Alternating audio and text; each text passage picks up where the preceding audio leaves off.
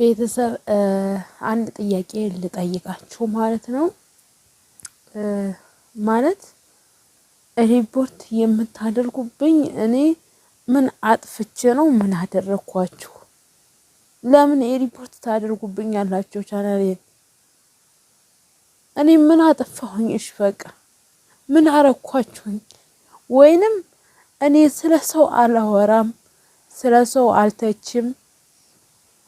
ለምሳሌ ሰው አልተችም፣ የሰው ፒክቸር ለጥፌ ሰውን አልሳደብም፣ ሃይማኖት አልነካም። እሺ አሁን እኔ ምን አጥፍቼ ነው ሪፖርት የምታደርጉብኝ? ችግር ይሄን ነገሩ በቃ ችግር ወይንም ቪዲዮ ኮሜንት ላይ አስቀምጡልኝ። ታጠፋው እናንተን የሚያስቀይም ነገር ተተናገርኩኝ። ለምንድነው እኔ ምን አረኳችሁ ሪፖርት የምታረጉብኝ? እኔ ምን አጠፋው? እሺ ምን አጠፋው? እኔ በራሴ ነው ጥሩ ቪዲዮም ባይሆንም ቢያምርም የምሰራው በራሴ ነው። ምክንያቱም በራሴ የምሰራው ነገ በቃላ ነገ ሌላ ቀን ነው። ዛሬ ሌላ ቀን ቢሆን ነገ ሌላ ቀን ነው። ይህ ቻናል በራሱ ጊዜ ያርጋል፣ የሚያርግበት ጊዜ አለ። ገባችሁ? በራሱ ጊዜ ቻናሉ ያርጋል። በቃ ፈጣሪ ሲፈቅድ በራሱ ጊዜ ያርጋል። ግን እስከዛ ድረስ ህይወቴ እስከሚስተካከል ድረስ ትንሽ እየሰራሁኝ ቻናሌን ማሳደግ አለብኝ ብዬ ነው የምሰራው። እንደማንኛውም ሰው ወይንም አንዱ ቴል ወጥቼ ወይንም ዩቲዩብ የከፈለኝን ለሁማር ሄድ አድርጌ ወይ ማካብ እየተቀባው መስራት እንደማንኛውም ሰው አቅቶኝ አይደለም። ግን ይሄ ራሴ ህይወቴን ስለማቅ ነው። እኔ ምን አጥፋሁሽ? ምን አረኳችሁ? ምን አረኩ? ታንዲ ሁለቴ ሶስቴ ለምንድነው ሪፖርት የምታረጉብኝ? ችግሩ ምንድነው? አይ እናንተ በእኔ እህቱ እኮ እናንተ አትኖሩም። ለምሳሌ በቃ እኔም በወርቅ እኔም ብራብ እኔም ብጎሳቆል ያላችሁ ለጉስቁልነቴ ለራሴ ነው፣ ረሃቡ ለራሴ ነው፣ በቃላ ውርቀቴ ለራሴ ነው። ለምን ነው ሪፖርት የምታረጉብኝ?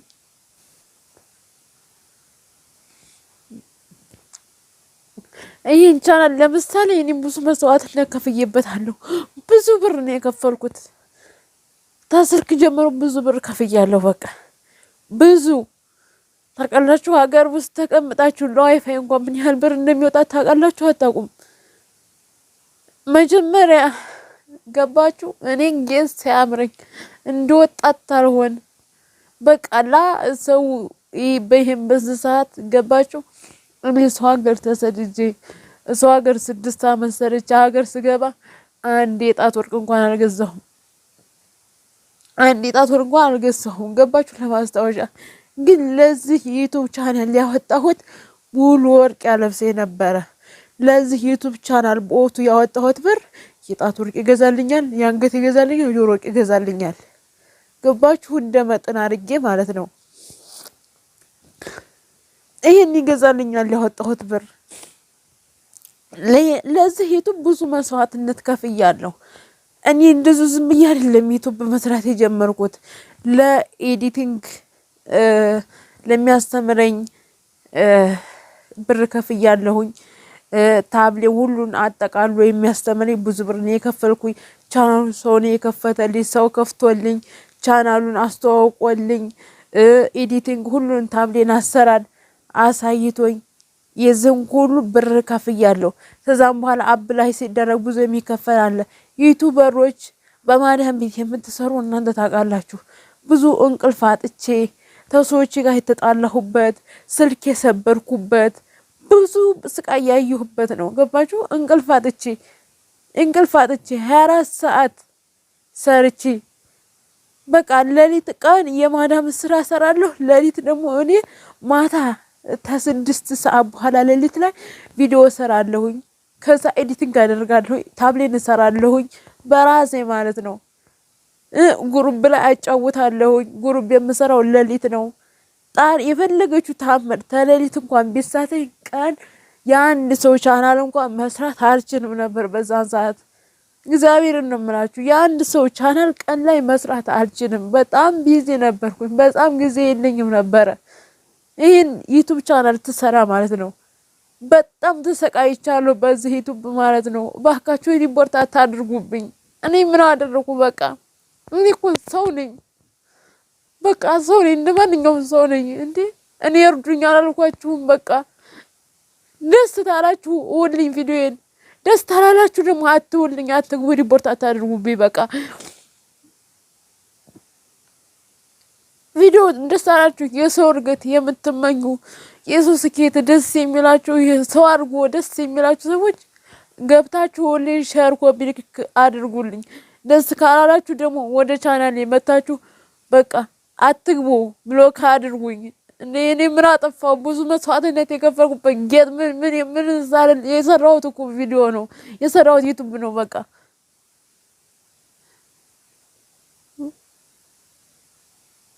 ለምን ተንኮል ምን ያደርግላችኋል? በቃ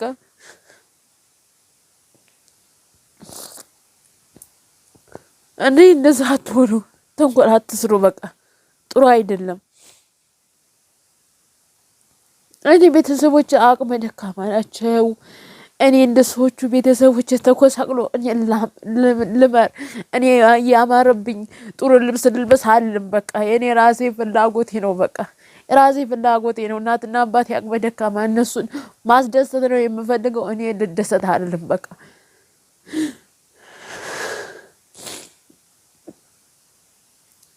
ችግሩ ምንድን ነው? እኔ ስለ ብሔር አልናገር፣ ማንኛችሁም ብሔር ላይ እገባለሁ፣ ዘር ሃይማኖት እገባለሁ አልገባም። ችግሩ ምንድነው? ሪፖርት የምታደርጉብኝ ምክንያቱን ነው ያጣሁት። ምክንያቱም ምንድነው ሪፖርት የምታደርጉብኝ? እሺ ለምን ይሄ ሁሉ ክፋት? ለምንድን ነው ይሄ ሁሉ ክፋት? ለምን አደረገ?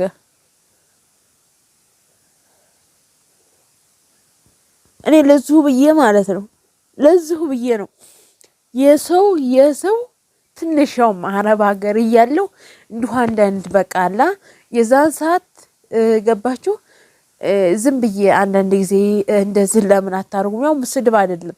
ለምን ይቺ እኮ እንደዚህ ተጎዳች፣ ይሄ እኮ እንደዚህ ነው እያልኩኝ ያው አረብ ሀገር እያለው ከዓመት በፊት ነበረ ትንሽ የሰው ፎቶ ለጥፌ የምሰራው። እሱም ደግሞ በክፉ ሳይሆን ለምን እንደዚህ ኮነ፣ ችግሩ ምንድነው? ለምን በውይይት አይፈጠርም ወይ? ያን እንደዛ አስተያየት ለመስጠት ማለት ነው። ሰው ተጭጫ አልሳደብም፣ በምንም አይነት መንገድ አልሳደብም ሰው ማለት ነው። እኔ እንጃ ግን ያው እግዚአብሔር ለሁሉም ምክንያት አለው ማለት እናንተ ሪፖርት ብታደርጉብኝም ዞሮ ዞሮ ምንም ማለት አይደለም። ገባችሁ? እኔ አሁን ዩቲዩብ አድጎ ተመጥፋቱ ሳይሆን ብዙ የከፈልኩበት መስዋዕትነት ነው የሚያናድደኝ። ሀገር እንኳን ገብቼ ለአንድ ሳምንት እንኳን ከሚዲያ አልጠፋሁም። ገባችሁ? ለአንድ ሳምንት እንኳን ከሚዲያ አልጠፋሁም። ለምን? ዩቲዩብ መስራት ፍላጎት ስላለኝ፣ ዩቲዩብ መስራት ፍላጎት ደስተኛ ስለሆንኩ ዩቲዩብ ላይ በቃ የምሰራው ቪዲዮ በጣም እኔን ደስተኛ ያደርገኛል። በጣም ነው ደስተኛ የምሆነው። ስለዚህ ወዲያውኑ ዋይፋይን ተዛ ይዤ መጥቼ እዚህ ቶሎኑ አንድ ሳምንት አለቀም። በሶስተኛ በአራት ቀኑ ተለየጀ ዋይፋይን አስተካክዬ 10,000 ብር ሞልቼ የ10,000 ብር ዋይፋይ ገዝቻለሁ። 10,000 ብር አሞላሁ ማለት ነው። እዚህ ደግሞ 20,000 ብር በሉት ለዋይፋይ እንኳን ማለት ነው። ገባችሁ? ስለዚህ ያው ሰው የአንድ ሰው ወይንም ሚዲያ ሲወጣ ምን ሲል ወይ ደስ ብሎት እኮ ይሄን ያህል ብር ማውጣው እኔ ደልቶኝ አይደለም። ብዙ እየተራቡ አሉ። ለዋይፋይ ተማወጣስ ለ10,000 ብር ለተራቡ ሰው ብሰጠውስ በእግዚአብሔር አገኘዋለሁ። ገባችሁ? ግን ይሄ ቻናል ደግሞ ሲያድግ ወደፊት እኔ የምጠቀማለሁ፣ ሰውን የምጠቅምበታለሁ። በቃ የኔ ቪዲዮዎችም ይጠቀማሉ፣ እኔ የምጠቀምበታለሁ። ዛሬ አይደለም ይሄ ቻናል የሚጠቅመኝ፣ ወደፊት ነው። ወደፊት በደንብ ተሰራበት አስተካክዬ ህይወቴ ሲስተካከል የዛን ሰዓት ነው ቻናል የሚያርገው ማለት ነው።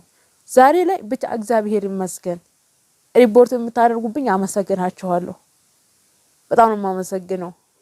ክፋት ለምን እንደሆነ ክፋት አላቅም። ብቻ ህይወታችሁን ታስደስተው በርቱ። ምንም አልላችሁም ሌላ ለሁሉም እግዚአብሔር አለ። አመሰግናለሁ ለሁሉም ነገር።